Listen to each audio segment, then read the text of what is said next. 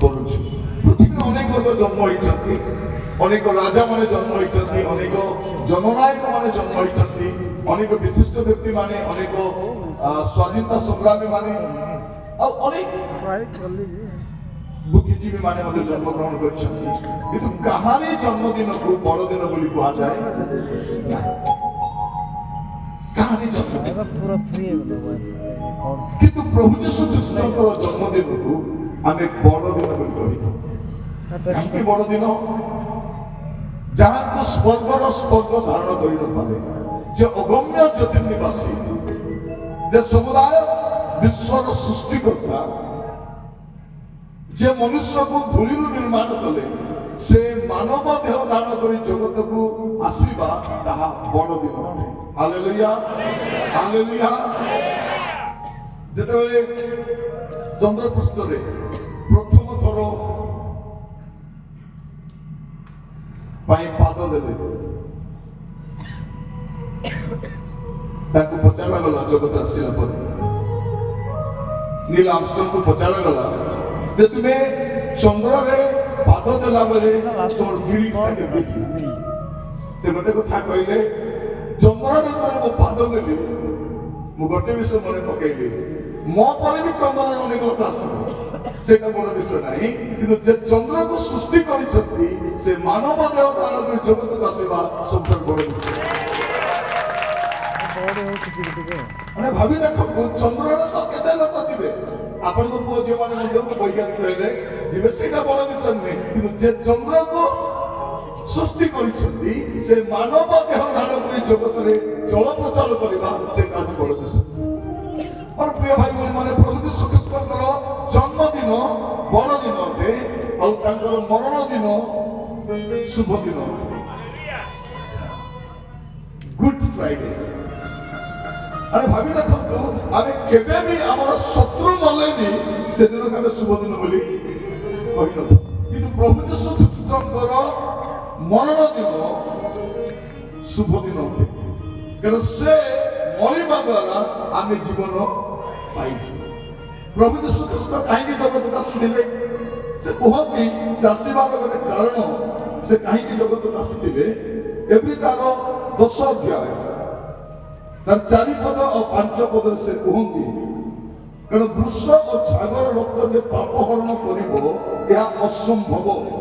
ସେଥିପାଇଁ ଖ୍ରୀଷ୍ଟ ଜଗତକୁ ଆଗମନ କରି କହନ୍ତି, ବଳିଦାନ ଓ ନୈବେଦ୍ୟ ନ ଲୋଡ଼ି ମୋ ନିମନ୍ତେ ଏକ ଶରୀର ପ୍ରସ୍ତୁତ କର। କାରଣ ବୃଷ ଆଉ ଛାଗର ରକ୍ତ ପାପ ହରଣ କରିପାରେ ନାହିଁ। ଆମର ପୂର୍ବପୁରୁଷ, ଆମେ ତ ଇତିହାସ ପଢୁଥିଲୁ, ଆମର ଟିକେ ପଢିବା ସମୟରେ କହୁଥିଲେ ଯେ ଆମର ପୂର୍ବପୁରୁଷ କାହାକୁ ପୂଜା କରୁଥିଲେ? ନଦୀ ନାଳକୁ, ସୂର୍ଯ୍ୟକୁ, ଆଉ ବଳି ମଧ୍ୟ ଦେଉଥିଲେ। ମୋର ପ୍ରିୟ ଭାଇ ଭଉଣୀମାନଙ୍କୁ କହିବା ପାଇଁ ଚାହେଁ, ପ୍ରକୃତି ଈଶ୍ୱର ନୁହେଁ, ଆକୃତି ମଧ୍ୟ ଈଶ୍ୱର ନୁହେଁ। ଆକୃତି କ'ଣ ଅଟେ? ଆକୃତି ମନୁଷ୍ୟ ମନର ବିକୃତି ଅଟେ। ସେ ଭାବୁଛି କ'ଣ ଈଶ୍ୱର ଏମିତି ହେଇଥିବେ, ଈଶ୍ୱର ସେମିତି ହେଇଥିବେ, ଆଉ ଭାବୁ ଭାବୁ ସେ ବନେଇ ବନେଇ ଗড়ি ଗড়ି ଚାଲିଛି, ଛାଞ୍ଚରେ ତିଆରି କରୁଛି, ତା ଈଶ୍ୱର ପ୍ରକୃତି ମଧ୍ୟ ଈଶ୍ୱର ନୁହେଁ। ସୂର୍ଯ୍ୟ କେବେ ଈଶ୍ୱର ହେଇପାରିବ ନାହିଁ, ଯେ ସୂର୍ଯ୍ୟକୁ ସୃଷ୍ଟି କରିଛନ୍ତି ସେ ଈଶ୍ୱର। ବୃକ୍ଷ କେବେ ଈଶ୍ୱର ହେଇପାରିବ ନାହିଁ, ଯେ ବୃକ୍ଷକୁ ସୃଷ୍ଟି କରିଛନ୍ତି ସେ ଈଶ୍ୱର। ନଦୀ ଈଶ୍ୱର ହେଇପାରିବ ନାହିଁ, ଯେ ନଦୀକୁ ସୃଷ୍ଟି କରିଛନ୍ତି ସେ ଈଶ୍ୱର। ପଶୁ କେବେ ଈଶ୍ୱର ହେଇପାରିବ ନାହିଁ, ଯେ ପଶୁକୁ ସୃଷ୍ଟି କରିଛନ୍ତି। ମନୁଷ୍ୟ କେବେ ଈଶ୍ୱର ହେଇପାରିବ ନାହିଁ, ମନୁଷ୍ୟକୁ ଯେ ମୃତ୍ତିକାରୁ ତିଆରି କରିଛନ୍ତି ସେ ଈଶ୍ୱର କରନ୍ତି, ଆଉ ସେ ଜଗତକୁ ମାନବ ଦେହ ଧାରଣ କରି ଆସିଲେ। ଲେଖାଯାଉଛି କ'ଣ? ସେଥିପାଇଁ ଖ୍ରୀଷ୍ଟ ଜଗତକୁ ଆଗମନ କରି କହନ୍ତି। ଆଗମନ କିଏ କରିପାରନ୍ତି? ଯେ ଅଛନ୍ତି ସେ ଆଗମନ କରନ୍ତି। ମୁଁ ଆପଣମାନଙ୍କୁ କହିବା ପାଇଁ ଚାହେଁ, ମୋର ପ୍ରିୟମାନେ, ଆମେ ତ ଜାଣିବା ଦରକାର, ତା ସହିତ ଅନ୍ୟମାନେ ବି ଜାଣିବା ଦରକାର ଯେ ଯୀଶୁ କିଏ, ଯୀଶୁ କିଏ। ପ୍ରଭୁ ଯୀଶୁ ଖ୍ରୀଷ୍ଟଙ୍କର ଶିଷ୍ୟ ଥୋମା ସେ ଭାରତକୁ ଆସିଥିଲେ। କାରଣ ଯୀଶୁ କାଳ୍ପନିକ ନୁହନ୍ତି, ଯୀଶୁ କାଳ୍ପନିକ ନୁହନ୍ତି, ପୌରାଣିକ ମଧ୍ୟ ନୁହନ୍ତି। ଯୀଶୁ ଇତିହାସ ଅଟନ୍ତି, ଯୀଶୁ ବାସ୍ତବ ଅଟନ୍ତି, କାହାଣୀ ନୁହନ୍ତି ସେ। ଯଦି ଯୀଶୁକୁ ଗ୍ରହଣ କରୁନାହାନ୍ତି ତାହେଲେ ଖ୍ରୀଷ୍ଟାବ୍ଦ ଆଉ ଖ୍ରୀଷ୍ଟପୂର୍ବକୁ କାଢି ଦିଅନ୍ତୁ, ଇତିହାସ କେମିତି ଲାଗିବ? ଘାଣ୍ଟ ତରକାରୀ ଭଳିଆ ଲାଗିବ। ଏଡିବିସିକୁ କାଢିଦେଲା କଣ କିଛି କିଛି। ଯୀଶୁ ଇତିହାସ ଅଟନ୍ତି, ଯୀଶୁ ବାସ୍ତବ ଅଟନ୍ତି। ତାଙ୍କ ଶିଷ୍ୟ ଥୋମା ସେ ଭାରତକୁ ଖ୍ରୀଷ୍ଟାବ୍ଦ କେବେ ଆସିଥିବେ? 52 ଆସିଥିଲେ। 52କୁ ଆଜିକୁ ଦେଖିଲେ କେତେ ବର୍ଷ ହଉଛି?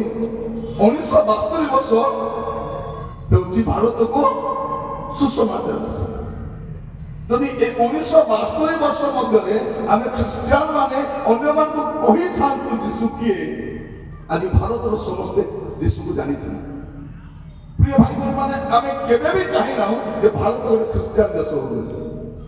ଆମର ଚିନ୍ତାରେ ନାହିଁ, ସ୍ୱପ୍ନରେ ମଧ୍ୟ ନାହିଁ। କିନ୍ତୁ ଆମେ ଗୋଟିଏ ବିଷୟ ଚାହୁଁଛୁ ଯେ ପ୍ରତ୍ୟେକ ଭାରତୀୟ ଜାଣିବା ଦରକାର ଯୀଶୁ କିଏ, ଯୀଶୁ କିଏ। ଏବେ ତାର ପ୍ରଥମ ଅଧ୍ୟାୟ ଦେଖିବେ,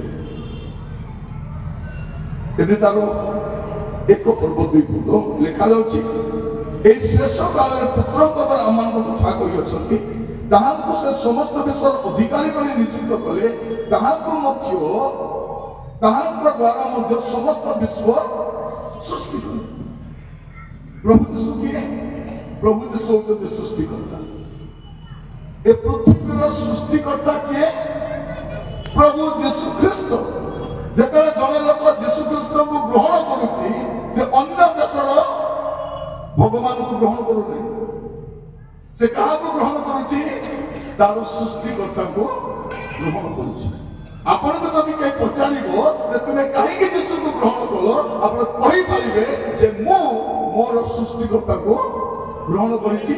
କିଛି ପ୍ରୋବ୍ଲେମ ଅଛି କି? ଆମ ଦେଶର ଲୋକକୁ କଣ କୁହାଯାଉଛି? ଯୀଶୁ ବିଦେଶୀ ଭଗବାନ। ଯୀଶୁ କୋଉ ଦେଶରୁ ଆସିଥିଲେ? କୋଉ ଦେଶରୁ? ପ୍ରଭୁ ଯୀଶୁ କୋଉ ଦେଶରୁ ଆସିନଥିଲେ? ସେ ସ୍ୱର୍ଗରୁ ଆସିଥିଲେ। ସେ ଜଗତର ସୃଷ୍ଟିକର୍ତ୍ତା, ସେ ମାନବ ଦେହ ଧାରଣ କରି ଜଗତକୁ ଆସିଥିଲେ।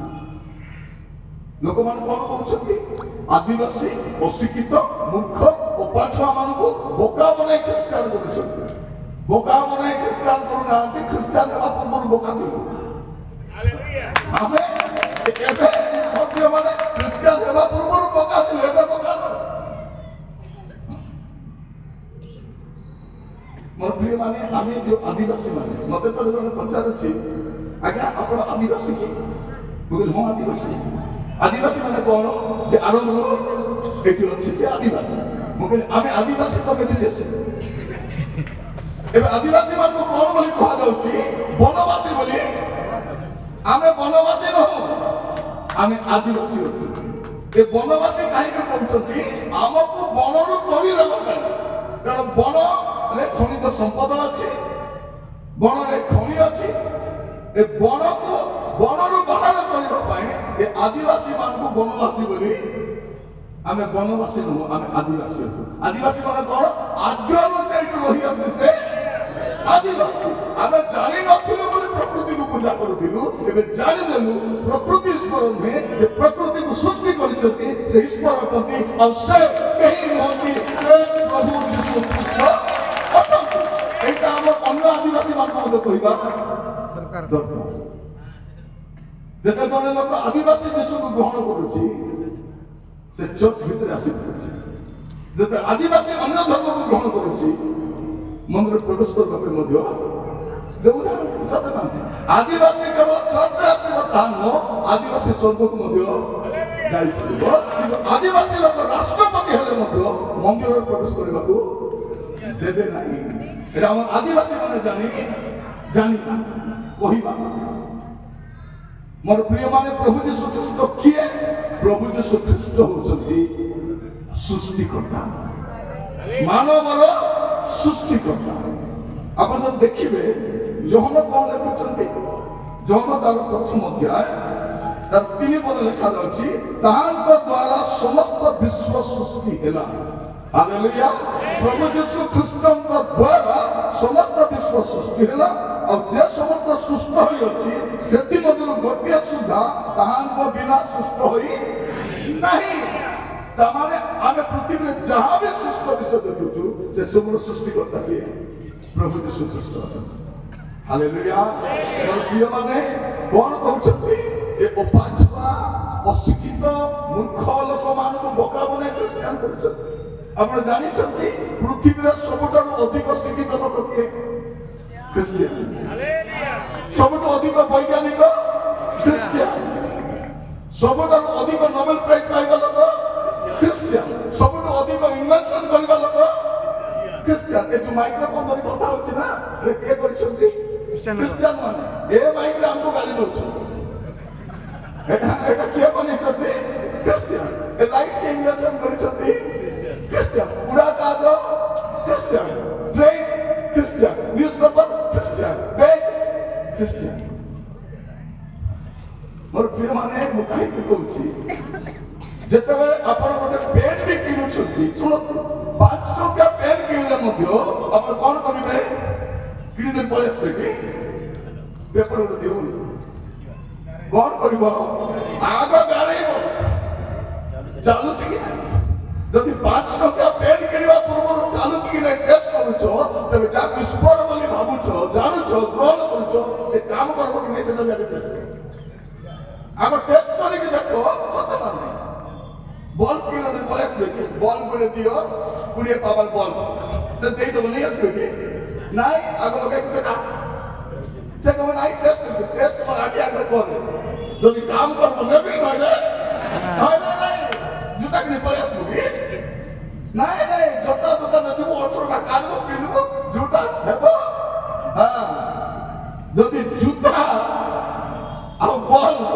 ଆଉ ପେନ୍ କୁ ବିନା ଟେଷ୍ଟ ଆଣୁନୁ ବିନା ଟେଷ୍ଟ ଈଶ୍ୱର ବୋଲି ଆମେ କେମିତି ଗ୍ରହଣ କରିବୁ ମୋର ପ୍ରିୟ ଭାଇ ଭଉଣୀ ମାନେ ଆମେ ଟେଷ୍ଟ କରିକି ଜାଣିଛୁ ଯେ ଯୀଶୁ ହିଁ ସୃଷ୍ଟିକର୍ତ୍ତା ଅଟନ୍ତି ତାପରେ ଆମେ ଗ୍ରହଣ ତାପରେ ତାର କଥା ନାଇଁ ତାପରେ ଜାଣିଲା ପରେ ଆମ ଦେଶରେ କଣ କରୁଛନ୍ତି ଲୋକମାନଙ୍କୁ ଯୀଶୁକୁ ଗ୍ରହଣ କରିବ ନାହିଁ ବିଦେଶୀ ଭଗବାନ କିଏ କହୁଛି ए गंजे खाई मत खाऊ से कହୁଛି ଯାକୁ ଶାସ୍ତ୍ର ଜ୍ଞାନ ନାହିଁ ମୋର ପ୍ରିୟ ମାନେ ତାଙ୍କ ପାଖରେ କଣ ଅଛି ଅସ୍ତ୍ର ଅଛି ଆମ ପାଖରେ ଶାସ୍ତ୍ର ଅଛି ଯଦି ତାଙ୍କ ପାଖରେ ଶାସ୍ତ୍ର ଅଛି ଶାସ୍ତ୍ର ସତ କଥା ହଉନାହାନ୍ତି ଶାସ୍ତ୍ର ନାହିଁ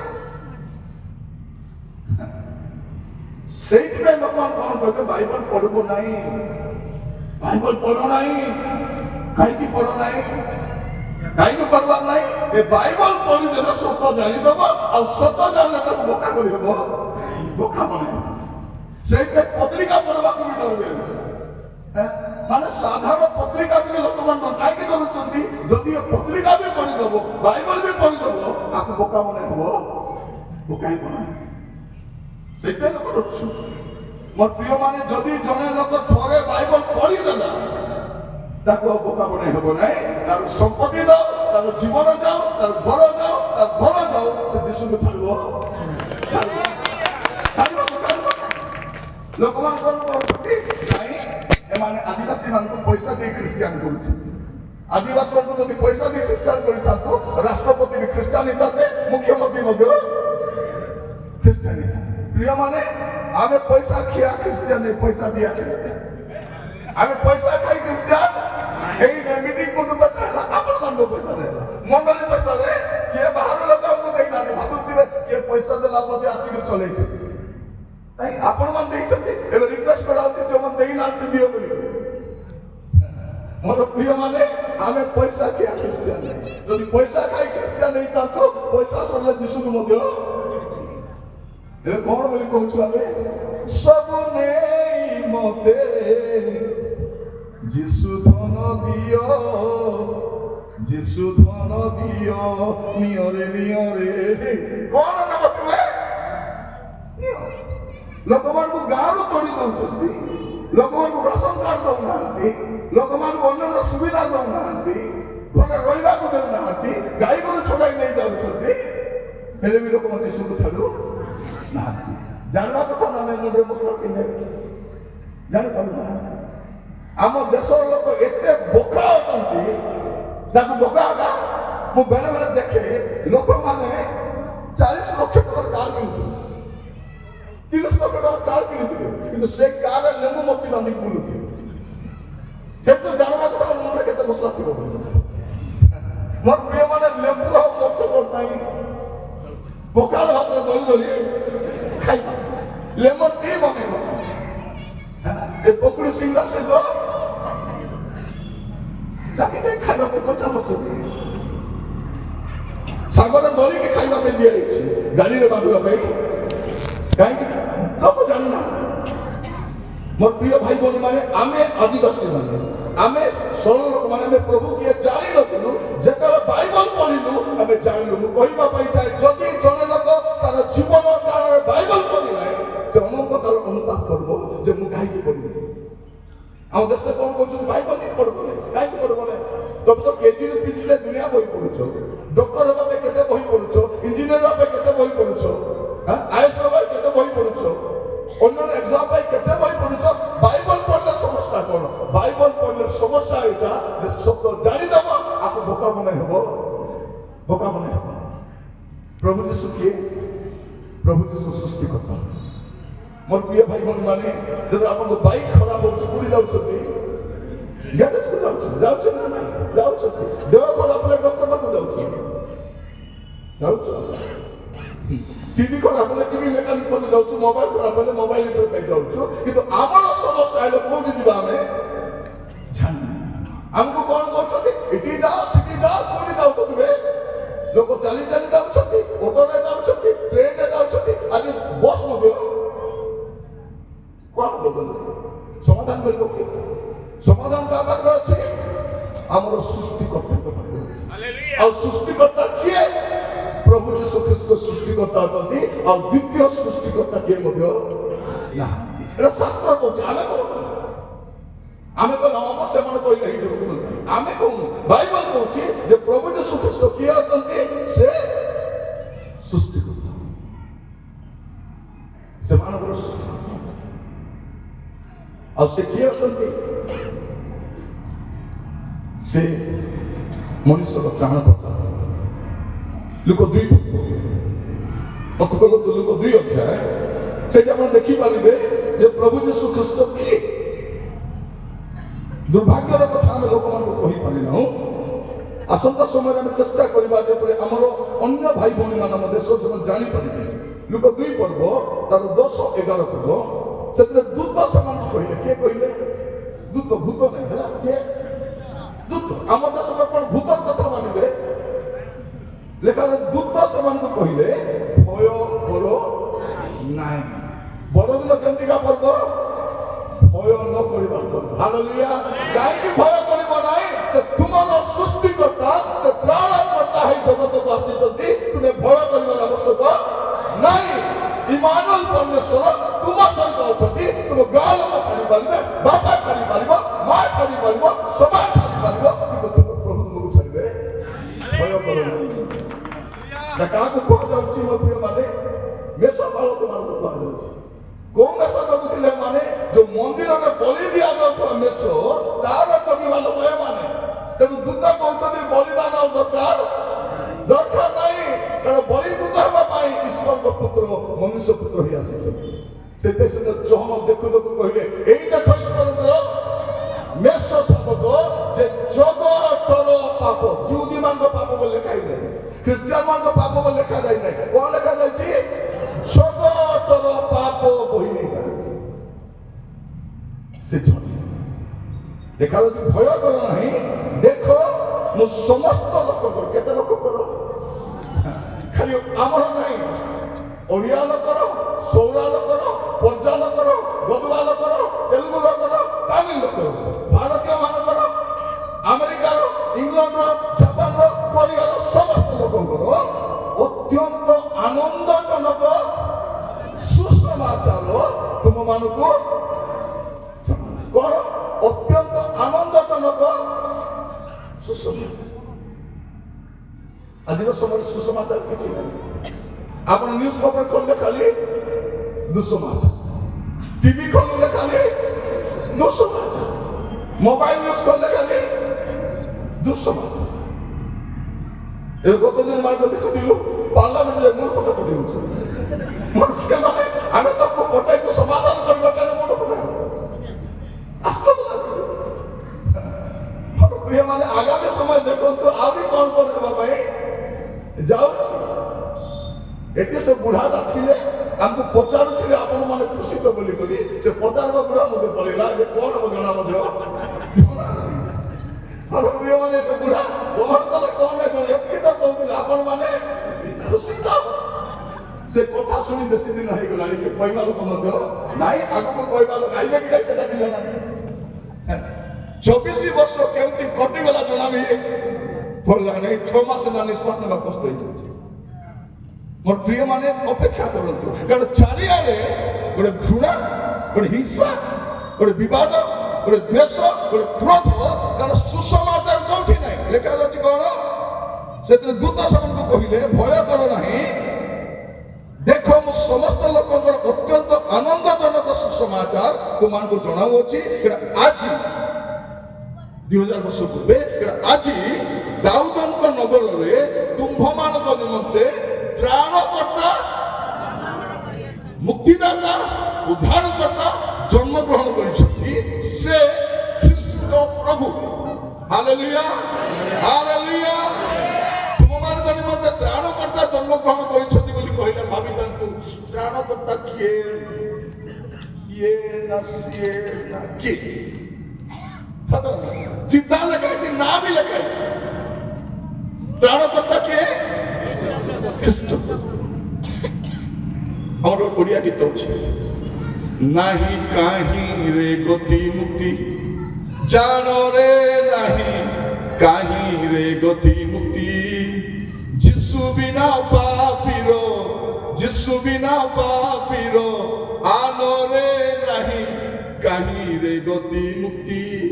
ମନୁଷ୍ୟର ମୁକ୍ତି ଯୀଶୁ ନାମ ଛଡା ଅନ୍ୟ ନାମରେ ନାହିଁ। ଯଦି କାଲି କିଏ ପଚାରିବ ତୁମେ ଯୀଶୁକୁ କାହିଁକି ଗ୍ରହଣ କଲ, ଆପଣ କହିପାରିବେ ମୁଁ ଯୀଶୁକୁ ଏଇଥିପାଇଁ ଗ୍ରହଣ କଲି, ସେ ମୋର ସୃଷ୍ଟିକର୍ତ୍ତା ଆଉ ସେ ଜଗତକୁ ଆସିଥିଲେ ମୋର ତ୍ରାଣକର୍ତ୍ତା ଭାବରେ, ଏଇଥିପାଇଁ ମୁଁ ଗ୍ରହଣ କଲି। ତୋର ମୁଣ୍ଡ କଥା କଣ ପଚାରି ପାରିବେ? ମୋର ପ୍ରିୟ ମାନେ ମୁଁ କହିବା ପାଇଁ ଚାହେଁ, ଦୁର୍ଭାଗ୍ୟ ଲୋକ ସେମାନେ ଆଜି ଯାଏ ଯୀଶୁକୁ ଜାଣିନାହାନ୍ତି। ଅନେକ ଡକ୍ଟର ଅଛନ୍ତି, ଇଞ୍ଜିନିୟର ଅଛନ୍ତି, ଶିଳ୍ପପତି ଅଛନ୍ତି, ମନ୍ତ୍ରୀ ଅଛନ୍ତି, ବୈଜ୍ଞାନିକ ଅଛନ୍ତି, ତ୍ରାଣକର୍ତ୍ତା କିଏ ଜାଣିବେ? ଟାଇମ ଆସିବ, ଡେରି ହେଇଯାଇଥିବ, ଡେରି ହେଇଯିବ। ଏଠି କଣ ଲେଖାଯାଉଛି? ତ୍ରାଣକର୍ତ୍ତା ଜନ୍ମଗ୍ରହଣ କରିଛନ୍ତି, ସେ ଖ୍ରୀଷ୍ଟ ପ୍ରଭୁ, ଆଉ କେହି ନାହାନ୍ତି। ତେଣୁ ମାଥ୍ୟୁ ତାର 1 ପର୍ବ ଦେଖିବେ, ମାଥ୍ୟୁ ପ୍ରଥମ ଅଧ୍ୟାୟ ତାର 21 ପଦରେ କଣ ଲେଖାଯାଉଛି? ସେ ପୁତ୍ର ପ୍ରସବ କରିବେ। କଣ କରିବେ? ପୁତ୍ର, କନ୍ୟା ନାହିଁ ହେଲା। କଣ କରିବେ? ସେ ପୁତ୍ର ପ୍ରସବ କରିବେ, ଆଉ ତୁମେ ତାହାଙ୍କ ନାମ ଯୀଶୁ ଦେବ, କାରଣ ସେ ଆପଣ ଲୋକଙ୍କୁ ସେମାନଙ୍କ ସମସ୍ତ ପାପରୁ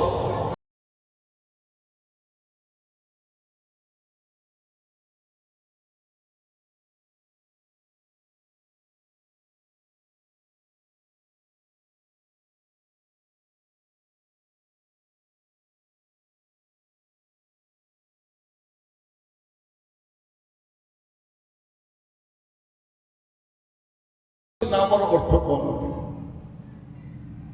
ଯୀଶୁ ନାମର ଅର୍ଥ କଣ ଅଟେ? ମୋର ଭାଇ ଭଉଣୀ ମାନଙ୍କୁ କହିବା ପାଇଁ ଚାହେଁ ଯେ ଯୀଶୁ ଖ୍ରୀଷ୍ଟିଆନ ମାନଙ୍କର ଭଗବାନ ନୁହନ୍ତି।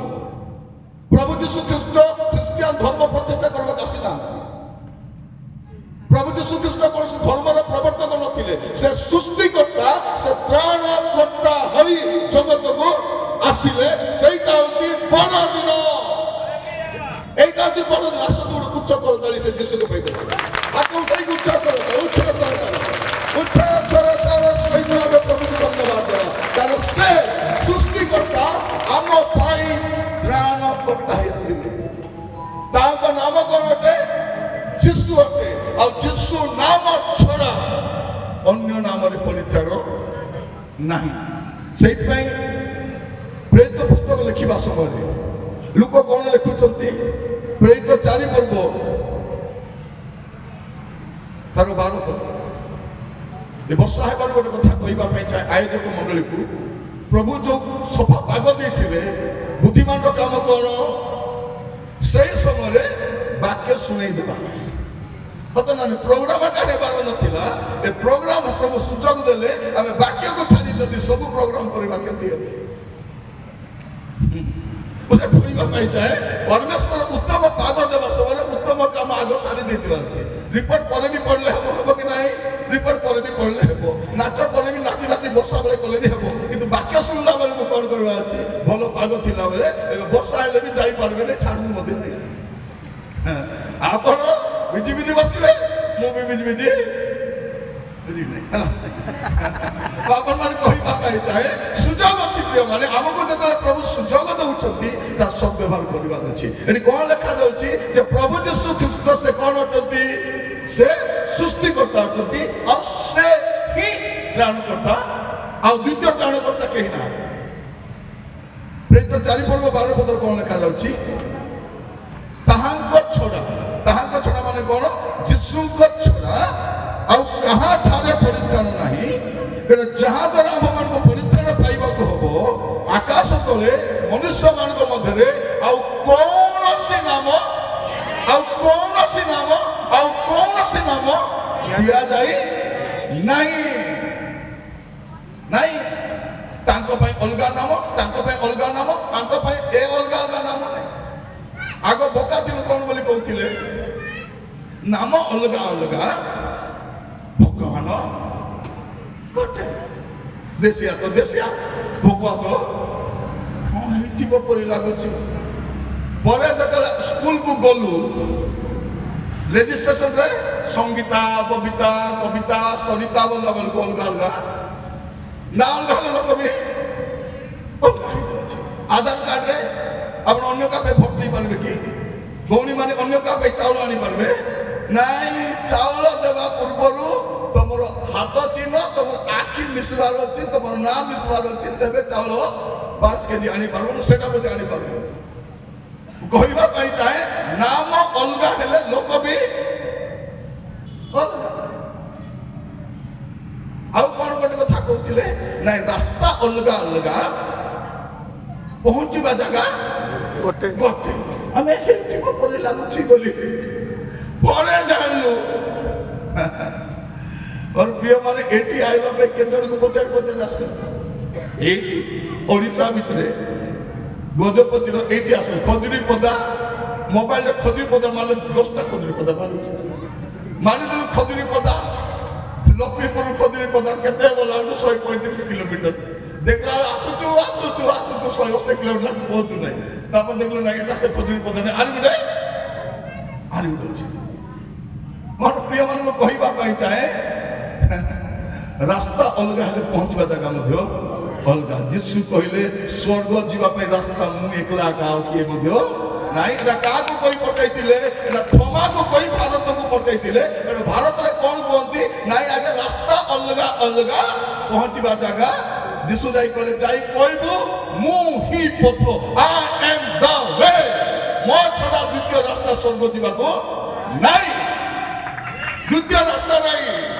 ମୋର ପ୍ରିୟ ମାନେ, ଆମର ଅନ୍ୟମାନଙ୍କୁ ବି କୁହନ୍ତୁ ଯେଉଁମାନେ ଏବେ ଯାଇ ଯୀଶୁକୁ ଜାଣିନାହାନ୍ତି, ସେ ଗ୍ରହଣ କରୁ କି ନ କରୁ ଯାଇ ଆସେ ନାହିଁ, ସେ ଜାଣିବା ଦରକାର। ଲୋକମାନେ କଣ ଭାବୁଛନ୍ତି? ଆମେ ଧର୍ମାନ୍ତରୀକରଣ କରୁଛୁ। କୋଉଠି ଧର୍ମାନ୍ତରୀକରଣ କରୁଛୁ? 35 ବର୍ଷ ହେଲା ସେବା କରୁଛି, କେବେ ଧର୍ମ ପରିବର୍ତ୍ତନ କର ବୋଲି କାହାକୁ କହିନି। କାହିଁକି? ପୃଥିବୀର କୌଣସି ଧର୍ମ ଉଦ୍ଧାର କରିପାରିବ ନାହିଁ। ପୃଥିବୀର କୌଣସି ଧର୍ମ ଜଣେ ମଣିଷକୁ ପାପ କ୍ଷମା ଦେଇପାରିବ ନାହିଁ। ପୃଥିବୀର କୌଣସି ଧର୍ମର ସେତିକି ଶକ୍ତି ନାହିଁ, କୌଣସି ଧର୍ମ। ଏପରିକି ଖ୍ରୀଷ୍ଟିଆନ ଧର୍ମ ମଧ୍ୟ ପରିତ୍ରାଣ ଦେଇପାରିବ ନାହିଁ। ପରିତ୍ରାଣ କିଏ ଦେଇପାରିବେ? କେବଳ ପ୍ରଭୁ ଯୀଶୁ ଖ୍ରୀଷ୍ଟ ଦେଇପାରିବେ। ଆଉ ସେ ଖ୍ରୀଷ୍ଟିଆନ ଧର୍ମର ନୁହନ୍ତି, ସେ ସମୁଦାୟ ମାନବ ଜାତିର ସୃଷ୍ଟିକର୍ତ୍ତା ଆଉ ସେ ତ୍ରାଣକର୍ତ୍ତା ଅଟନ୍ତି। ସେ ଖ୍ରୀଷ୍ଟିଆନ ଧର୍ମର ନୁହନ୍ତି। ସେ ଆମକୁ କଣ କହୁଛନ୍ତି? ତମର ଭଗବାନ ଅଲଗା, ଆମର ଭଗବାନ ଅଲଗା, ତମର ଅଲଗା, ଆମର। ମୋର ପ୍ରିୟ ମାନେ, ଗୋଟେ ମଣିଷକୁ କେତେଟା ପ୍ରଭୁ ଦରକାର? ଦିନେ ମୁଁ ବସିକି ଫ୍ରି ଥିଲା ତ ଟିକେ ମୋବାଇଲରେ ଚେକ୍ କରିବା ବୋଲି ଜନସଂଖ୍ୟା ଦେଖୁଛି 2024ରେ କେତେ, 2000 ମସିହାରେ କେତେ, तापर देखिले नहीं 1950 केते स्वाधीन समय केते थिले एंती गणी गणी पछकु गला बलकु देखुची भारतर जनसंख्या दिन 20 कोटी थी जेतले भारतर जनसंख्या 20 कोटी थिला सेतले 33 कोटी थिले मोरी जीवा कथा लोक कम मात्र बेसी मोर प्रिय माने लोक माने आमारको केमती बोका बनाउछले जणे मनुष्य को एकमात्र प्रभु दरकार तार उद्धार करबा पाए पाप क्षमा देबा पाए स्वर्ग को नेबा पाए तार जत्न नेबा पाए जणे ईश्वर दरकार और से प्रभु यीशु ख्रीष्ट प्रति अद्वितीय केही मध्य केही नहती थोमा को काई मारले যদি এ থমা যদি ভারত সারা বলি বলি কই পকাইব যিশুই পথ যিশুই সত্য যিশুই জীবন আমার ব্যাপার বন্ধ হয়ে যাবে তেণু আপনি মারব এবে গাঁ গুড়াক দেখবে মদ দোকান রহি পারব গঞ্জেই দোকান রহি পারব জুয়া খেলবা লোক রহি পারব চোর রহি পারব বদমাস রহি পারব কিন্তু চোর রহি পারব নাই পাস্টর রহি পারব নাই কারণ বালক যদি গেলে মদ দোকান বন্ধ হয়ে যাব बालक गले जुआ खेला बंद हो बेबिचार खेला बंद हो से बालक बसई दौना गोटे गाँव देखिए से स्त्री को पिटुव मद खाऊ जुआ खेलु चोरी करू नाना पाप काम करू से गाँव रही पार मात्र जड़े ख्रीस्टान गाँव रही पार ना आपको बाहर कर दियो और धर्म भ्रष्ट हो मदुआर कि धर्म ए मदुआ जुआरी ए बेसियार की धर्म तामाने कोन आम देश रे किछि मुष्टिमेय लोक चाहुनांती लोक भलो बनंतु लोक उन्नत होंतु लोक सत्य जानंतु जीवन शैली परिवर्तन एटा सब चाहुनांती एटा हम बोका माने जानु मोर प्रिय मान को कहिबा पई छै ताहां तो छुटा अब परिचरण मन कि थांतु पृथ्वीर कौन से धर्म जड़े लोक उद्धार कर उद्धार किए करें उद्धार केवल मेष शावक कर प्रकाश वाक्य देखो मो सहित प्रकाश 7 पर्व 4 पद पढ़ी हमको कौन कहते तुम स्वर्ग नहीं केवल 1,44,000 लोक जीवे तुम्हें विश्वास कले ख्रीस्टियान हेले तुम जीवन है बोली कहूँ से 4 पद पढ़ी 9 पद 10 पद पढ़ा भूली जाइए 9-10 पद कौन लिखा अच्छी यहाँ पर मैं दृष्टिपात कली और देखो सर्वजातीय सर्वगोष्ठीय सर्ववंशीय सर्वभाषावादी सर्वधर्म लिखाई कौन देखिए कौन लिखाई सर्वधर्म लिखाई कौन लिखाई सर्वजातीय सर्वगोष्ठीय सर्ववंशीय सर्वभाषावादी अगण्य एक महाजनता काउंट करी हम से लोक आपण तो गाँव में हुए तो कम लोक अच्छा किंतु पृथ्वी में सबुठ अधिक लोक चेष्टा करें प्रिय माने बोका नुहति बाइबल पढ़ी की जानी छथि से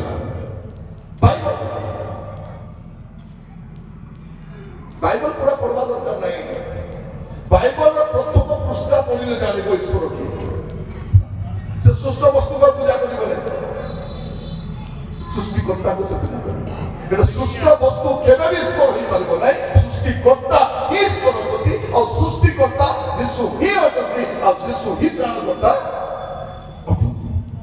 मोर प्रिय भाई बहन मान मस्त देखो तो तीतस लिखन लिखला समय साधु पाल कहले पड़ते 2 पद तार 11 पद समस्त मानवर परित्राण निमंते ईश्वर को अनुग्रह प्रकाश करिছে কোন লেখা আছে সমস্ত মানবর পরিত্রাণ নিমন্তে সমস্ত মানব পৃথিবীতে যেতে লোক অଛନ୍ତି সমস্তଙ୍କୁ প্রভু পরিত্রাণ করিবা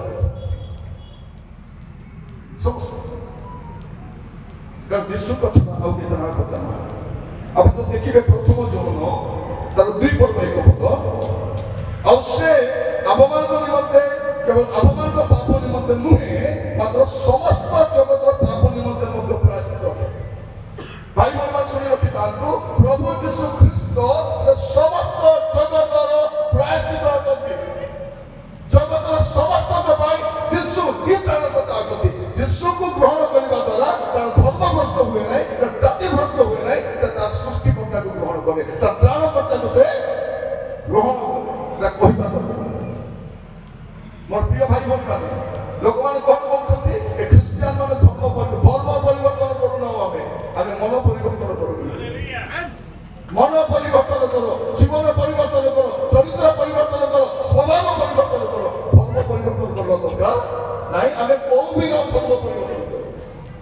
ଆଜି ଯାଏକୁ ପ୍ରଚାରକ ଧର୍ମ ପରିବର୍ତ୍ତନ କର ବୋଲି କହିଲା। ଯୀଶୁ କଣ ବୋଲି କହିଲେ? ମନ ପରିବର୍ତ୍ତନ କର, ସ୍ୱର୍ଗ ରାଜ୍ୟ ସମ୍ପର୍କ। ତା ପୂର୍ବରୁ ବାପ୍ତିସ୍ମ ଗ୍ରହଣ କହିଲେ ମନ ପରିବର୍ତ୍ତନ କର, ସ୍ୱର୍ଗ ରାଜ୍ୟ। ଶିଷ୍ୟମାନେ ବି କହିଲେ ଆମେ ବି ସେୟା କରୁ। କାରଣ ଯୀଶୁ ହିଁ ତ୍ରାଣକର୍ତ୍ତା। ଯୀଶୁଙ୍କ ଛଡ଼ା ଦ୍ୱିତୀୟ ତ୍ରାଣକର୍ତ୍ତା କେହି ନାହିଁ। ମୋର ପ୍ରିୟ ଭାଇ ଭଉଣୀ ମାନେ, ମୁଁ ଆପଣମାନଙ୍କୁ କହିବା ପାଇଁ ଚାହେଁ, ପ୍ରଭୁ ଯୀଶୁ ଖ୍ରୀଷ୍ଟ ଜଗତକୁ କାହିଁକି ଆସିଲେ? ପ୍ରଭୁ ଯୀଶୁ ଖ୍ରୀଷ୍ଟ ଜଗତକୁ କାହିଁକି ଆସିଲେ? ତାର କେତୋଟି କାରଣ ମୁଁ କହିବା ପାଇଁ ଚାହେଁ। ପ୍ରଥମ ବିଷୟ ଆମେ ଯୋହନ 3:16 ଦେଖୁଛୁ। କଣ ସେଇଟା? ଯେ ଈଶ୍ୱର ଜଗତକୁ ଏଡ଼େ ପ୍ରେମ କଲେ। କେଡ଼େ ପ୍ରେମ କଲେ? ଏଡ଼େ ଲେଖାଯାଉଛି କାଲି ଈଶ୍ୱର ଜଗତକୁ ଏଡ଼େ ପ୍ରେମ କଲେ। କେଡ଼େ ପ୍ରେମ ଆମକୁ ଜଣା ନାହିଁ। ସେଇଥିପାଇଁ ଯୀଶୁ ଆସିଲେ ସେ ପ୍ରେମକୁ ଦେଖେଇଲେ। ରୋମିଓ 5:8 ଲେଖାଯାଉଛି, ଆମେ ପାପୀ ଥିବା ସମୟରେ ସୁଦ୍ଧା ଖ୍ରୀଷ୍ଟ ଯୀଶୁ ଯେ ଆମମାନଙ୍କ ନିମନ୍ତେ ମୃତ୍ୟୁ ଭୋଗ କଲେ, ଏହା ଦ୍ୱାରା ସେ ଆପଣା ପ୍ରେମକୁ ସ୍ୱପ୍ରମାଣ କରିଛନ୍ତି। ଈଶ୍ୱର ମନୁଷ୍ୟକୁ କେତେ ପ୍ରେମ କଲେ? ଈଶ୍ୱରକୁ କେହି କେବେ ଦେଖିଲେ? ଈଶ୍ୱରକୁ କେହି କେବେ ଦେଖିନି। ଆମର ଭାରତର ଲୋକ କଣ ଦେଖିଲେ ମୁଁ ଜାଣି ନାହିଁ, କିନ୍ତୁ ଶାସ୍ତ୍ର କଣ କହୁଛି? ଈଶ୍ୱରକୁ କେହି କେବେ ଦେଖିନି। ଯୋହନ ଲେଖୁଛନ୍ତି, ଦେଖନ୍ତୁ ଯୋହନ ତାର 1 ତାର 18 ପଦରେ, କେହି କେବେ ଈଶ୍ୱରକୁ ଦେଖି ନାହିଁ। ପିତାଙ୍କ କଳସ୍କୃତ ଅଦ୍ୱିତୀୟ ପୁତ୍ର ତାହାକୁ ପ୍ରକାଶ କଲେ। ପ୍ରକାଶ କଲେ ମାନେ କଣ? ସେ ଥିଲେ କେବେ ସେ ପ୍ରକାଶ କଲେ। ମତେ ଜଣେ ଲୋକ ପଚାରିଛି, ଆଜ୍ଞା ଯୀଶୁ ଖ୍ରୀଷ୍ଟ କେବେରୁ ଅଛନ୍ତି? ସେ ଯୁଗର କଥା କହୁଛୁ, ଆମ ଅଙ୍କ ଯୁଗ, ତମ ଢଙ୍କ ଯୁଗ ବୋଲି। ମୁଁ କହିଲି ପ୍ରଭୁ ଯୀଶୁ ଖ୍ରୀଷ୍ଟ ସୃଷ୍ଟି ପୂର୍ବରୁ ଅଛନ୍ତି, ତେଣୁ ସେଇ ସୃଷ୍ଟି କଲେ। ତମେ ଯୋଉ ଯୁଗ କଥା କହୁଛ ଏଟା ସୃଷ୍ଟି ପରେ ଆସିଛି। ସୂର୍ଯ୍ୟ ସୃଷ୍ଟି ପରେ ଆସିଛି। ଯୀଶୁ ହଉଛନ୍ତି ସୂର୍ଯ୍ୟର ସୃଷ୍ଟିକର୍ତ୍ତା, ପୃଥିବୀର ସୃଷ୍ଟିକର୍ତ୍ତା, ମନୁଷ୍ୟର ସୃଷ୍ଟିକର୍ତ୍ତା ପ୍ରଭୁ ଯୀଶୁ ଖ୍ରୀଷ୍ଟ ଅଟନ୍ତି। ଯେତେବେଳେ ତାରିଖ ତିଆରି ନଥିଲା, ସମୟ ତିଆରି ନଥିଲା, ସେତେବେଳେ ପ୍ରଭୁ ଅଛନ୍ତି। ସେତେବେଳେ ଲୋକମାନେ କଣ କହୁଛନ୍ତି ଆଜିକାଲି? ସନାତନୀ। ସନାତନୀ ମାନେ କଣ? ସଂସ୍କୃତ କହୁଛନ୍ତି ଇଟର୍ନାଲ। ଇଟର୍ନାଲ କିଏ? ଅନନ୍ତ କିଏ? ଯୀଶୁ ଅଛନ୍ତି। ଆମେ ଗାଇବା ସମୟ କଣ ଗାଉଛୁ? ଆହେ ଅନନ୍ତ ସୀମ। ପ୍ରଭୁ ଯୀଶୁ ଅଛନ୍ତି ଅନନ୍ତ ଆଉ ଅସୀମ। ସେ ଅନନ୍ତ ଈଶ୍ୱର, ଅନନ୍ତ ଈଶ୍ୱର ଯୀଶୁ ତାଙ୍କ ସେ ଅନନ୍ତ। ତେଣୁ ଆପଣ ଯୋଉ ଯୀଶୁକୁ ଗ୍ରହଣ କରୁଛନ୍ତି, ସେ ଇଟର୍ନାଲ ଗଡ୍, ଯେ ଆଦ୍ୟରୁ ଥିଲେ, ଯେ ରହିଥିବେ, ସେ କାଲି ଆଜି ଚିରକାଳ ସମାନ, ସେ ପ୍ରଭୁ ଯୀଶୁ ଖ୍ରୀଷ୍ଟ। ସେ କ୍ଷୟ ପାଆନ୍ତି ନାହିଁ, ସେ ଅକ୍ଷୟ ଈଶ୍ୱର। ଆମେ ତାଙ୍କୁ ଗ୍ରହଣ କରୁଛୁ। ପ୍ରଭୁ ଯୀଶୁ ଖ୍ରୀଷ୍ଟ କାହିଁକି ଆସିଲେ ଜଗତକୁ? ଲୁକ 19:10 ଲେଖାଯାଉଛି, ଯାହା ଖୋଜି ଅଛି ତାହା ଖୋଜି। ଯୀଶୁ କାହିଁକି ଆସିଲେ? ଯାହା ଖୋଜି ଅଛି ତାହା ଖୋଜି। ଥରେ ଗୋଟେ ଦୋକାନରେ ମୁଁ ଠିଆ ହେଇଛି, ଜଣେ ଦୋକାନୀ ବହି ବିକୁଛି। ସେ ବହିର ପୃଷ୍ଠା ଗୋଟେ 400 ପୃଷ୍ଠା ପଢା ହବ। ସେ କଣ କହୁଛି? ଆଜ୍ଞା ଏ ବହିଟା ନିଅନ୍ତୁ, ଏ ବହି ପଢି ସାରିଲା ପରେ ଆପଣ ଭଗବାନଙ୍କୁ ପାଇଯିବେ। ସେ ବହିର ନାଁ ହଉଛି ଇନସେନ୍ସ ଅଫ ଗଡ୍। ମୁଁ ତାକୁ ପଚାରିଲି, ଆଜ୍ଞା ଏ ବହି ପଢିଲେ ମୁଁ ଭଗବାନଙ୍କୁ ପାଇଯିବେ? ଭଗବାନ କଣ ଖୋଜିଛନ୍ତି? ଈଶ୍ୱର କଣ ଖୋଜିଛନ୍ତି ଯେ ମୁଁ ତାକୁ ଖୋଜିବା ପାଇଁ? ସେ ମତେ କଣ ଆପଣ କିଣିବେ ନାହିଁ? ଆପଣ ଯାଆନ୍ତୁ ସିନା। ମୋର ପ୍ରିୟମାନେ, ଈଶ୍ୱରକୁ ଆମେ ଖୋଜି ବୁଲିବା ଦରକାର ନାହିଁ। ସେ ତାଙ୍କ ସୁସ୍ଥ ମନୁଷ୍ୟ ଯେ ପାପରେ ହଜି ଯାଇଥିଲା, ତାକୁ ଖୋଜି ରକ୍ଷା କରିବା ପାଇଁ ସେ ଆସିଥିଲେ। ଆମ ଦେଶ ଲୋକ ଦୌଡ଼ି ବୁଲୁଛନ୍ତି, ଏଡେ ପଣା ପଣା ତେଣେ ପଣା ପଣା, ପାହାଡ଼ ପର୍ବତ ନଦୀ ନାଳ ଗୁମ୍ଫା, ଏ ବାପରେ ଚାରିଆଡେ ଖୋଜିଲେ ମିଳିବ କି? ଖୋଜିଥିଲେ ତ ମିଳିବ।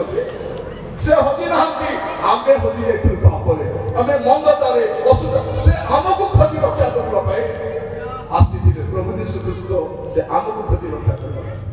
ମୋର ପ୍ରିୟ ଭାଇ ଭଉଣୀ ମାନେ, ପ୍ରଭୁ ଯୀଶୁ ଖ୍ରୀଷ୍ଟ କାହିଁକି ଆସିଥିଲେ? ମାର୍କ 10:45 ଲେଖାଯାଉଛି, ସେ ମୁକ୍ତିର ମୂଲ୍ୟ ସ୍ୱରୂପେ ଆପଣା ପ୍ରାଣ ଦେବାକୁ ଆସିଥିଲେ। ଆସିଅଛନ୍ତି ମାନେ କଣ? ଅଛନ୍ତି ପାଇଁ ଆସିଅଛନ୍ତି। ନଥିବା ଲୋକ ମୁଁ ଆସିଅଛି, ଯାହା ହଜି ଅଛି ତାହା ଯଦି ରକ୍ଷା କରିବାକୁ ମନୁଷ୍ୟପୁତ୍ର ଆସି ଅଛନ୍ତି। ଆପଣ କୁହନ୍ତୁ ଲୋକକୁ ଯୀଶୁ କେବେରୁ ଅଛନ୍ତି? ଏମାନେ ଯେବେରୁ ଅଛନ୍ତି ତା ପୂର୍ବରୁ ସେ ଅଛନ୍ତି। ସେ ସୃଷ୍ଟିକର୍ତ୍ତା। ଯୋଉ ପୃଥିବୀରେ ଆମେ ଯାହା ଦେଖୁଛୁ ଏ ସବୁର ସୃଷ୍ଟିକର୍ତ୍ତା ପ୍ରଭୁ ଯୀଶୁ ଖ୍ରୀଷ୍ଟ ଅଟନ୍ତି। ଆଉ ସେ ହିଁ ତ୍ରାଣକର୍ତ୍ତା। ଏଟା ମୁଁ କହୁନି, ଏଟା ଶାସ୍ତ୍ର କହୁଛି। ଏଟା ଲୋକ ଜାଣିବେ, ଏଟା କହିବା କଥା। ଏବେ ଆପଣମାନଙ୍କୁ କଣ ବୋଲିବେ ଲୋକମାନେ ଆସିକି? মেরি ক্রিসমাস, মেরি ক্রিসমাস বলে থ্যাংক ইউ বলি কুহতু। কଣ ବୋଲି କହିବେ? Merry Christmas. କଣ ବୋଲି କହିବେ? ସେ মেরি ক্রিসমাস বলে ଆପଣ କଣ କହିବେ? Merry Christmas. কেবଳ মেরি ক্রিসমাস নাই, মেরি ତାକୁ କାଳେ থ্যাংক ইউ ଖାଇନା ତମର মেরি ক্রিসমাস କରା, মেরি ক্রিসমাস ଖାଇନା। ସେ ମାଛ ବାଲାକୁ କୁହ ତେରି ବି କ୍ରିସମାସ, ସେ ଅଟୋ ବାଲାକୁ କୁହ ତେରି ବି କ୍ରିସମାସ, ସେ ଦୋକାନ ବାଲାକୁ କୁହ ତେରି ବି କ୍ରିସମାସ, ସେ ଚା ଦୋକାନକୁ କୁହ ସପ୍ତାହରେ ଚା ପିଇଲେ ଅସୁବିଧା କରୁଛି, ତାକୁ କୁହ ତେରି ବି କ୍ରିସମାସ। ଯଦି ମାଛ କିଣିବୁ ନାହିଁ ଗଙ୍ଗେଇ ବସିବ, ତାକୁ କୁହ ତେରି ବି କ୍ରିସମାସ। ମୁଁ ଯୀଶୁକୁ ଗ୍ରହଣ କରିଛି, ମୋର ସୃଷ୍ଟିକର୍ତ୍ତାକୁ ଗ୍ରହଣ କରିଛି, ମୋର ତ୍ରାଣକର୍ତ୍ତାକୁ ଗ୍ରହଣ କରିଛି। ଭାଇରେ ତୁ ବି ଗ୍ରହଣ କର। କାରଣ ପ୍ରଭୁ ଯୀଶୁ ଖ୍ରୀଷ୍ଟ କିଏ ଅଟନ୍ତି? ଲେଖାଯାଉଛି ପ୍ରଥମ ଜନ୍ମ 3:5 ପଦରେ ସେ ପାପ ବହି ନେଇଯିବା ପାଇଁ ପ୍ରକାଶିତ ହେଲେ। ଥିଲେ ପାଇଁ ପ୍ରକାଶିତ ହେଲେ। ଏଇଟା ବଡ଼ କଥା। ଆମେ କେତେ ବଡ଼ ଦିନ ପାଳନ କରୁଛୁ, କିନ୍ତୁ ଆମେ କାହାରିକୁ କରିବୁ। ମୋର ପ୍ରିୟ ଭାଇ ଭଉଣୀ ମାନେ, ଆମ ଦେଶର ଲୋକ ପାଇଁ ଆର୍ଜେଣ୍ଟ ମେସେଜ କଣ କି? ଯେ ସେମାନଙ୍କ ଶୁଭ ସମାଚାର ଅଛି, ସୁଯୋଗ ଏବେ ଅଛି, ପରିବର୍ତ୍ତନ ହେଇପାରିବେ, ଯୀଶୁକୁ ଗ୍ରହଣ କରିପାରିବେ। ମୋ ଭାଇରେ ଭଉଣୀରେ ଶୁଣେ, ଯୀଶୁକୁ ଗ୍ରହଣ କରିବା ମାନେ ଧର୍ମ ପରିବର୍ତ୍ତନ କରିବା ନୁହେଁ, ମନ ପରିବର୍ତ୍ତନ କରିବା। ଯୀଶୁକୁ ଗ୍ରହଣ କରିବା ମାନେ ତୋର ନିଜର ସୃଷ୍ଟିକର୍ତ୍ତା ତ୍ରାଣକର୍ତ୍ତା ଭାବରେ ଆସିଲେ ତାଙ୍କୁ ଗ୍ରହଣ କରିବା। ଆଉ ଯୀଶୁ ଖ୍ରୀଷ୍ଟ କିଏ? ସେ ବିଚାରକର୍ତ୍ତା। ଜଣେ ବ୍ୟକ୍ତି ତିନିଟା ବିଷୟ ଜାଣିବା ଦରକାର। ଯୀଶୁ କିଏ? ସେ ସୃଷ୍ଟିକର୍ତ୍ତା। ଯୀଶୁ କିଏ? ସେ ତ୍ରାଣକର୍ତ୍ତା। ଆଉ ଯୀଶୁ କିଏ? ସେ ବିଚାରକର୍ତ୍ତା। ସେ ବିଚାରକର୍ତ୍ତା। ବାଇବେଲ କଣ ଲେଖାଯାଉଛି? ପ୍ରେରିତ ପୁସ୍ତକ ଦେଖିବେ ତା 17:31 ପଦ ଲେଖାଯାଉଛି, କାରଣ ଯୋଉ ଦିନ ସେ ଆପଣ ନିରୂପିତ ବ୍ୟକ୍ତିଙ୍କ ଦ୍ୱାରା ଧାର୍ମିକତାରେ ଜଗତର ବିଚାର କରିବେ। ଏବେ ଜଗତର ବିଚାର କେମିତି ଚାଲିଛି? ଅଧାର୍ମିକ ବିଚାର। ଓକିଲକୁ ପଇସା ଦେଇ ଦଉଛି, ଥାନା ବାବୁକୁ ପଇସା ଦେଇ ଦଉଛି, ସାକ୍ଷୀକୁ ଡରେଇ ଦଉଛି, ଆଉ କଣ କରୁଛି? ମଦ କିଏ କଣ କରିଦବ। ମୋର ପ୍ରିୟ ମାନେ, ଖାଲି ଆମେ ଦେଖୁଛୁ, ଖାଲି ଲୋକମାନେ ଓକିଲକୁ ଧରି ଖସୁଛୁ, କେ ମନ୍ତ୍ରୀକୁ ଧରିକରି ଖସୁଛୁ। କାରଣ ଏ ଅଧାର୍ମିକ ବିଚାର ଚାଲିଛି। ଲେଖାଯାଉଛି ଯୋଉଦିନ ସେ ଆପଣ ନିରୂପିତ ବ୍ୟକ୍ତିଙ୍କ ଦ୍ୱାରା ଧାର୍ମିକତାରେ ଜଗତର ବିଚାର କରିବେ, ଏଇପରି ଗୋଟିଏ ଦିନ ସ୍ଥିର କରିଅଛନ୍ତି, ଆଉ ତାହାଙ୍କୁ ମୃତମାନଙ୍କ ମଧ୍ୟରୁ ଉତ୍ଥାପନ କରି ଏ ବିଷୟରେ ସମସ୍ତ ନିକଟରେ ପ୍ରମାଣ ଦେଇଛନ୍ତି ଯେ ଜଗତର ବିଚାର କିଏ କରିବେ? ପ୍ରଭୁ ଯୀଶୁ ଖ୍ରୀଷ୍ଟ ହିଁ ଜଗତର ବିଚାର କରିବେ। ଏଇଟା ଜଣେ ଲୋକ ଜାଣିଛନ୍ତି। ମୋର ପ୍ରିୟ ଭାଇ ଭଉଣୀ ମାନେ, ପ୍ରଭୁ ଯୀଶୁ ଖ୍ରୀଷ୍ଟ ଶୀଘ୍ର ଆସୁଛନ୍ତି। ଆଦି ପୁସ୍ତକ କଣ ପ୍ରକାଶ କରୁଛି? ଆଦି ପୁସ୍ତକ ତାର 3:15 ପଦ ପ୍ରକାଶ କରୁଛି ଯେ ପ୍ରଭୁ ଯୀଶୁ ଖ୍ରୀଷ୍ଟ ନାରୀର ଗର୍ଭରେ ଆସିବେ, ନାରୀର ବଂଶରେ ଆସିବେ। ଆଉ ଗଲାତୀୟ 4:4 କହୁଛି ଯେ ସେ କାଳ ସମ୍ପୂର୍ଣ୍ଣ ହୋଇ ଆସିବେ। ଆଉ ପ୍ରକାଶ ବାକ୍ୟ କଣ କହୁଛି? ପ୍ରକାଶ ବାକ୍ୟ କହୁଛି ସେ ପୁଣି ଥରେ ଆସୁଛନ୍ତି। ଯେ ଜଗତକୁ ଆସିଥିଲେ ସେ ପୁଣି ଥରେ ଆସୁଛନ୍ତି, ଆଉ ସେ ବିଚାର କରିବା ପାଇଁ ଆସୁଛନ୍ତି। ଆପଣଙ୍କ ପାଇଁ, ସେମାନଙ୍କ ପାଇଁ, ସମସ୍ତଙ୍କ ପାଇଁ ଏବେ ସୁଯୋଗ ଅଛି ସେ ତ୍ରାଣକର୍ତ୍ତାକୁ ଗ୍ରହଣ କରିବା ପାଇଁ। ଏଠି ଅନେକ ଲୋକ ବସିଛନ୍ତି, ଖ୍ରୀଷ୍ଟିଆନ ବୋଲି କହୁଛନ୍ତି, ଖ୍ରୀଷ୍ଟିଆନ ବୋଲି ଜୀବନ ନାହିଁ। ଏବେ ପର୍ଯ୍ୟନ୍ତ ଯୀଶୁ ସେମାନଙ୍କ ଜୀବନରେ ନାହାନ୍ତି। ଏବେ ସୁଯୋଗ ଅଛି ମୋର ଭାଇ, ଆପଣ ଯୀଶୁକୁ ଗ୍ରହଣ କରିପାରିବେ, ଆପଣ ପାପ ସ୍ୱୀକାର କରିପାରିବେ, ଆପଣଙ୍କ ପାଇଁ ପରିତ୍ରାଣ ଅପେକ୍ଷା କରୁଛି। ଏବେ ମଧ୍ୟ ଉଦ୍ଧାର ପାଇପାରିବେ। ପ୍ରଭୁ ଯୀଶୁ ଖ୍ରୀଷ୍ଟ ଯେବେ ବିଚାର କରିବାକୁ ଆସିବେ, ସେଇ ସମୟରେ ଆପଣଙ୍କୁ ଆଉ ସୁଯୋଗ ମିଳିବ। କଣ କରିବା? ନିଜ ସ୍ଥାନରେ ଠିଆ ହେବା, ଚକ୍ଷୁ ବନ୍ଦ କରିବା, এই বড়দিনের উৎসব অবসরে পুଣି ଥରେ ଆମ ଜୀବନକୁ ସମର୍ପଣ କରିବା, ପୁଣି ଥରେ ପ୍ରଭୁଙ୍କ ପାଖକୁ ଯିବା। ଆଉ କହିବା ପ୍ରଭୁଙ୍କୁ, ପ୍ରଭୁ ମୁଁ ଆପଣଙ୍କ ପାଖକୁ ଆସୁଛି, ମୋତେ ଦୟା କରନ୍ତୁ, ମୋତେ କ୍ଷମା କରନ୍ତୁ। ଆପଣ ଏବେ ଆପଣଙ୍କ ଜୀବନକୁ ସମର୍ପଣ କରିପାରିବେ। ଆପଣଙ୍କ କୃତ ପାପ, ଆପଣଙ୍କ ମନ୍ଦତା, ଆପଣଙ୍କ ଅସୁସ୍ଥତା, ଆପଣଙ୍କ ସୃଷ୍ଟିକର୍ତ୍ତା ଯେ ଜଗତକୁ ତ୍ରାଣକର୍ତ୍ତା ହୋଇ ଆସିଥିଲେ ତାଙ୍କ ପ୍ରତିରେ ସ୍ୱୀକାର କରିପାରିବେ। ସେ ବିଚାର କରିବାକୁ ଆସିବା ପୂର୍ବରୁ ବାଇବଲ କୁହେ ସେ ବିଚାର କରିବାକୁ ଆସିଛନ୍ତି। ଦେଖ ବିଚାରକର୍ତ୍ତା ଦ୍ୱାର ନିକଟରେ ଦଣ୍ଡାୟମାନ ହେଇଛନ୍ତି। କଣ କରିବା? ସମର୍ପିତ ହେବା, ହାତ ଦୁଇଟି ସ୍ପର୍ଶ ଆଡ଼କୁ ଉଠେଇବା, ସମସ୍ତଙ୍କୁ କହିବା ପାଇଁ ଚାହେଁ ଆମେ ପୁଣି ଥରେ ସମର୍ପିତ ହେଇଯିବା, ପୁଣି ଥରେ ସମର୍ପିତ ହେଇଯିବା। ମୋର ଭାଇମାନେ, ମୋର ଭଉଣୀମାନେ, ଏଇଟା ସୁଯୋଗ ଆମ ପାଇଁ। ଆମେ କହିପାରିବା, ପ୍ରଭୁ ମୋର ପାପକୁ କ୍ଷମା କରିବି। Lord, I'm sorry, Lord. ମୁଖ ଖୋଲନ୍ତୁ। ମୋର ପ୍ରିୟ ଭାଇ ଭଉଣୀମାନେ, ଯଦି ଏ ବର୍ଷାରେ ଓଦା ହେଇଯିବେ ଆପଣ ଗଜା ହେବେ ନାହିଁ। ତେଣୁ ବର୍ଷା ପାଇଁ ଚିନ୍ତା କରନ୍ତୁ ନାହିଁ। ଆପଣଙ୍କ ଜୀବନର ପାପ, ଆପଣଙ୍କ ଜୀବନ ମଳିନତା, ଆପଣଙ୍କ ଜୀବନ କଳୁଷିତତା ତାକୁ ଛାଡ଼ନ୍ତୁ। ତେବେ ବଡ଼ଦିନ ହେବ। ଯଦି ବଡ଼ଦିନ ସମୟରେ ପରିବର୍ତ୍ତନ ହେବେ ନାହିଁ, ବଡ଼ ସଂକଟର ଦିନ ଆସୁଛି, ବଡ଼ ସଂକଟର ଦିନ ଆସୁଛି। ପ୍ରତ୍ୟେକକୁ କହିବା ପାଇଁ ଚାହୁଁଛି, ଏ ପିଠା ବନାରେ, ଏ ଲୁଗା ବନାରେ, ଏ ଘର ସଜାଇବାରେ, ଏ ଚର୍ଚ୍ଚ ସଜାଇବାରେ ବ୍ୟସ୍ତ ନ ରହି ଆପଣଙ୍କ ଜୀବନକୁ ସଜାନ୍ତୁ। ଆପଣଙ୍କ ମନକୁ ପରିବର୍ତ୍ତନ କରନ୍ତୁ, ଆପଣଙ୍କ ସ୍ୱଭାବକୁ ପରିବର୍ତ୍ତନ କରନ୍ତୁ। ହେ ମୋର ଭାଇମାନେ, ହେ ମୋର ଭଉଣୀମାନେ, ଏଇଟା ଆମ ପାଇଁ ସୁଯୋଗ, ଆଉ ଏଇଟା ଶେଷ ସୁଯୋଗ ହେଇପାରେ। It may be the last chance for you. ଆସନ୍ତୁ ସମସ୍ତେ ଆମ ଜୀବନକୁ ସମର୍ପଣ କରିବେ। ଏଇ ବଡ଼ ଦିନ, ଏ ସମ୍ମିଳିତ ମହାସଭା ଆମ ପାଇଁ ପରିଚୟର କାରଣ ହଉ। ଆପଣ କହିପାରିବେ ଯେ ସେ ମିଟିଂରେ ମୋ ଜୀବନକୁ ପୁଣି ଥରେ ସମର୍ପଣ କଲି, ସେ ମିଟିଂରେ ମୋ ପାପକୁ ସ୍ୱୀକାର କଲି, ମୁଁ ମଦ ପିଇବା ଛାଡ଼ିଲି, ନିଶାଦ୍ରବ୍ୟ ଛାଡ଼ିଲି, ବ୍ୟଭିଚାର ଛାଡ଼ିଲି, ଅଶୁଦ୍ଧି ଜୀବନ ଛାଡ଼ିଲି, ପୁଣି ଥରେ ମୋ ଜୀବନକୁ ସଫା କରି ମୋର ପ୍ରାଣର ପ୍ରିୟ ପ୍ରଭୁ ଯୀଶୁକୁ ମୋ ହୃଦୟ ଦେଇଦେଲି। ମୋର ପ୍ରିୟମାନେ, ପ୍ରାର୍ଥନା କରିବା ପାଇଁ ଚାହେଁ, ପ୍ରାର୍ଥନା କରିବା, କହିବା ପ୍ରଭୁଙ୍କୁ ଏ ମିଟିଂ ତ ହେବାର କାରଣ ଥିଲା। 21 ବର୍ଷ, 24 ବର୍ଷ, ଏ ବର୍ଷ ମଧ୍ୟରେ ଆପଣ ଆସିଛନ୍ତି। ଅନେକ ଆସିଲେ ନାହିଁ, ଆପଣ ଆସିଛନ୍ତି। ଆପଣ ଆସିନାହାନ୍ତି, ପ୍ରଭୁ ଆପଣଙ୍କୁ ଆଣିଛନ୍ତି, ଆପଣଙ୍କୁ କହିବା ପାଇଁ ଆଣିଛନ୍ତି ଯେ ପୁଅରେ ଝିଅରେ ମୁଁ ତତେ କେତେ ଭଲ ପାଏ, ତତେ ରକ୍ଷା କରିବା ପାଇଁ ମୋର ପୁତ୍ରକୁ ପଠେଇଥିଲି। ସେ ଆପଣ ପ୍ରାଣ ଦେଇ ଆପଣ ରକ୍ତ ବହାଇଛନ୍ତି। ଓ ମୋର ଭଉଣୀମାନେ, ଓ ମୋର ଝିଅମାନେ, ଓ ମୋର ପୁଅମାନେ, ଏଇଟା ସୁଯୋଗ ଆମ ଜୀବନ ସମର୍ପଣ କରିବା ପାଇଁ, ଆମର ପାପ ପରିତ୍ୟାଗ କରିବା ପାଇଁ। ପାପ ସହିତ ନୂଆ ବର୍ଷକୁ ଯାଆନ୍ତୁ ନାହିଁ, ପାପ ସହିତ ନୂଆ ବର୍ଷକୁ ଯାଆନ୍ତୁ ନାହିଁ। କିଛି ଆଶୀର୍ବାଦ ନଥିବ, କେବଳ ଦଣ୍ଡ ଥିବ, ଅଭିଶାପ ଥିବ। ପାପ ଛାଡ଼ନ୍ତୁ। ସମସ୍ତଙ୍କୁ କହିବା ପାଇଁ ଚାହେଁ, ଆପଣଙ୍କ ଗତିବିଧିକୁ, ଆପଣଙ୍କ ଜୀବନ ଶୈଳୀକୁ ପରିବର୍ତ୍ତନ କରନ୍ତୁ। ଆଜି ଅନେକ ଲୋକ ପରିବର୍ତ୍ତନ ହେଇପାରୁନାହାନ୍ତି। ଏ ହାଟ ବଜାର ରହିବା ଲୋକ, ଏ ଗ୍ରାମାଞ୍ଚଳ ଲୋକ କାହିଁକି ଆମ ଜୀବନରେ ଯୀଶୁକୁ ଦେଖିପାରୁନାହାନ୍ତି? ଏ ବଜାର ଲୋକମାନେ, ଏ ଅଟୋବାଲା ମାନେ, ଏ ପରିବା ଦୋକାନୀ, ଏ ଲୁଗା ଦୋକାନୀ ସବୁ ଜାଣିବା ଦରକାର ମୁଁ କାହାର ସେବା କରୁଛି।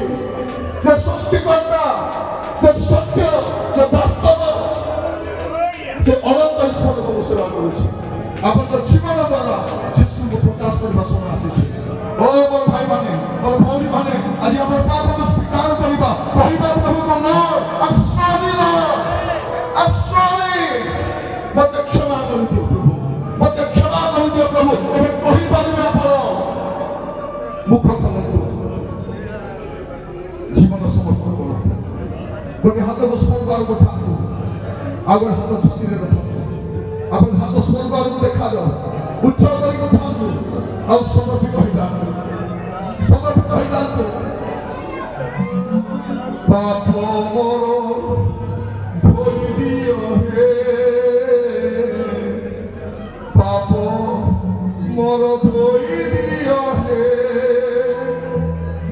ରକ୍ତରେ, ରକ୍ତରେ, ଯୀଶୁଙ୍କ ରକ୍ତରେ, ସେହି ରକ୍ତରେ, ରକ୍ତରେ, ଯୀଶୁଙ୍କ ରକ୍ତରେ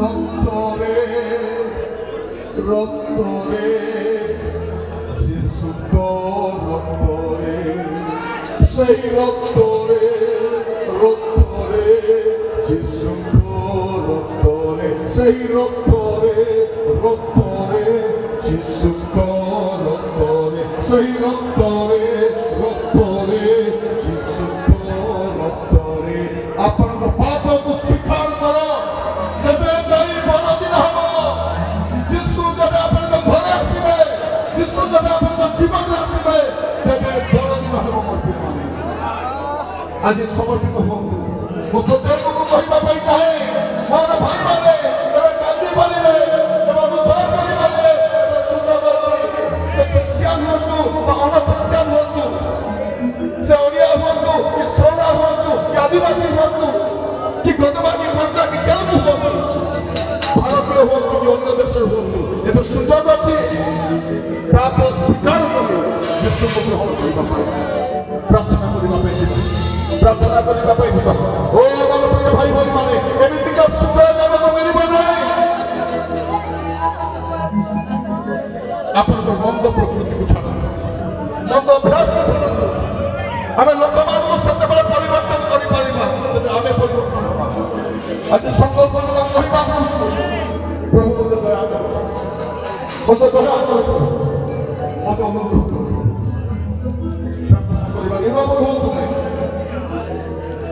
ଆପଣଙ୍କ ଜୀବନକୁ ସମର୍ପଣ କର ଓ ଭାଇମାନେ ଭଉଣୀମାନେ ସମର୍ପିତ ହୁଅ ପ୍ରାର୍ଥନା କରିବା ପାଇଁ ଯିବା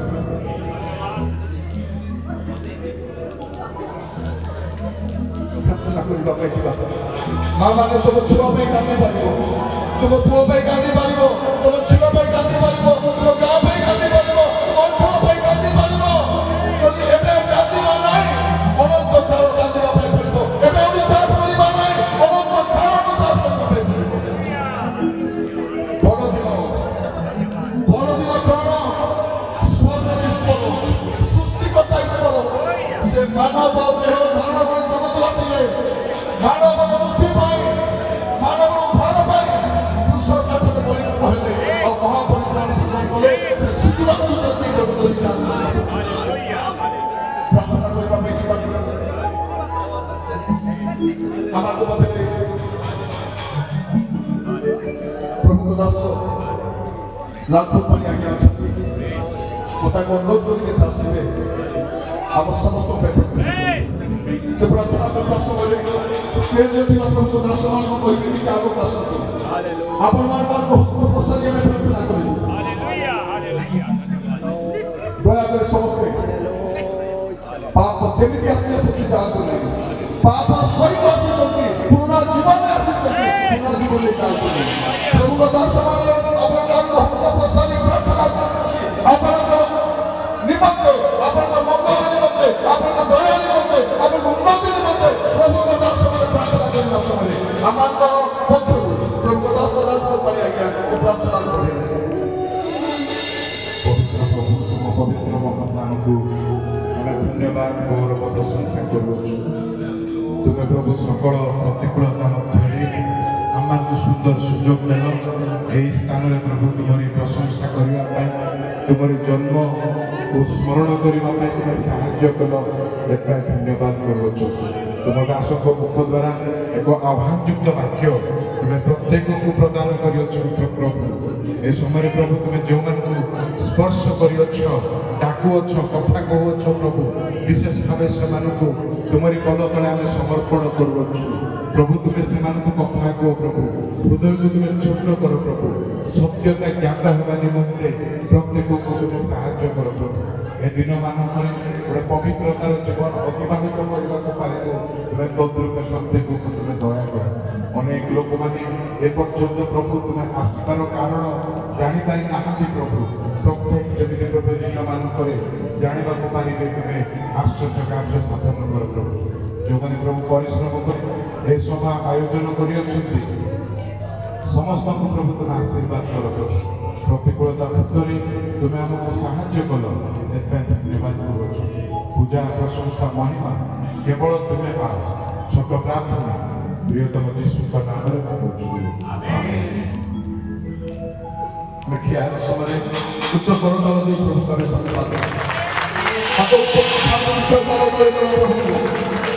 ଧନ୍ୟବାଦ ଦେବା ପ୍ରଭୁଙ୍କୁ। ପ୍ରଭୁ ଆମକୁ ସୁଯୋଗ ଦେଲେ ଏ ସ୍ଥାନକୁ ଆସିବା ପାଇଁ ପ୍ରଭୁଙ୍କ ନାମରେ ଧନ୍ୟବାଦ। ଆସନ୍ତୁ ହାତ ଦୁଇଟି ହଲେଇକି ପ୍ରଭୁଙ୍କୁ ଧନ୍ୟବାଦ।